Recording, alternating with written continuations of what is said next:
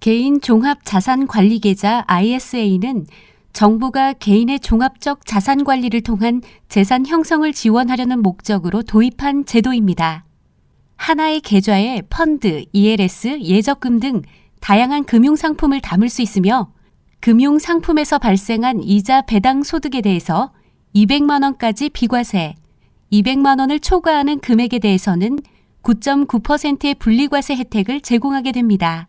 총 급여 5천만 원, 종합소득 3,500만 원 이하 가입자의 경우 비과세 한도가 400만 원까지 확대됩니다. ISA는 근로사업소득이 있는 직장인, 자영업자나 농어민의 경우 누구나 가입이 가능합니다. 다만 주의할 점은 금융소득 2천만 원 이상인 금융소득 종합과세 대상자의 경우 가입이 불가능하다는 점입니다. ISA는 연 2천만 원, 5년간 총 1억 원까지 납입이 가능합니다. 다만 기존의 소장펀드와 제형저축가입자의 경우 해당 계약 금액만큼 차감하여 가입이 가능합니다. 세제 혜택을 받기 위해서는 5년 동안 반드시 계좌를 유지해야 하며 농어민, 청년 또는 일정 급여 이하의 경우 3년만 유지해도 세제 혜택은 유지됩니다. 다만 2018년 1월 1일부터는 납입원금 범위 내에서 인출하는 경우에는 감면받았던 세액을 추징하지 아니합니다. ISA 가입 가능 기간은 2018년 말 일몰 연장하여 2021년 말까지입니다. 향후 관련 법령 등이 개정될 수 있으니 이를 자세히 확인해 주시기 바랍니다. ISA를 통해 담을 수 있는 상품은 펀드, 파생결합증권, 예적금 등과 같은 예금성 상품 등 크게 3가지입니다. 구체적으로 보면 펀드의 범위에는 국내외 주식형, 채권형, 혼합형 펀드뿐만 아니라 상장지수 펀드, 리츠까지도 포함합니다. 파생결합증권에는 ELS, ELB, ETN 등을 포함합니다. 예금성 상품의 범위에는 시중은행, 저축은행, 최신관서 등 예적금은 물론 증권사의 RP, 상호금융기관의 예탁금도 포함됩니다. ISA 중 자산 구성형 ISA, 즉 1임형 ISA의 경우 신탁형 ISA와는 전혀 다른 성격입니다.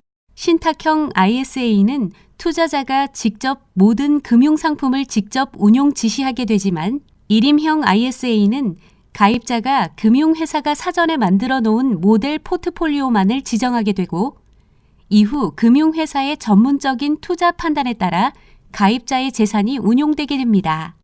따라서 가입자는 가입 전 모델 포트폴리오 및 편입 가능한 금융상품에 대해서 보다 면밀한 주의가 필요합니다.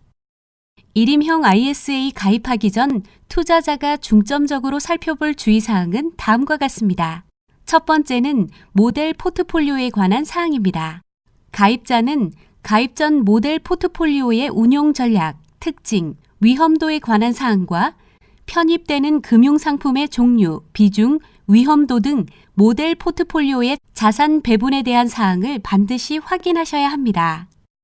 두 번째는 편입 금융상품 위험에 대한 사항입니다.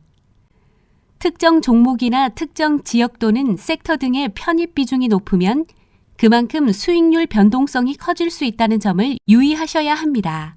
또한 원칙적으로 ISA 계좌 만기와 개별 금융상품의 만기를 일치해야 하며 ISA와 파생결합증권의 만기 불일치 시 중도 해지에 따라 원금 손실이 발생할 수 있다는 사실도 유념하셔야 합니다.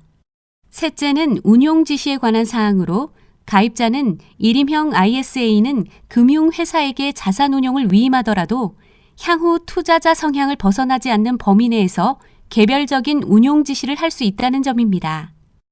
마지막으로 ISA의 세제 혜택, 투자자가 부담하는 보수 수수료에 관한 사항 등 계약 체결 전반에 관한 사항을 반드시 이해하시고 가입하시기 바랍니다.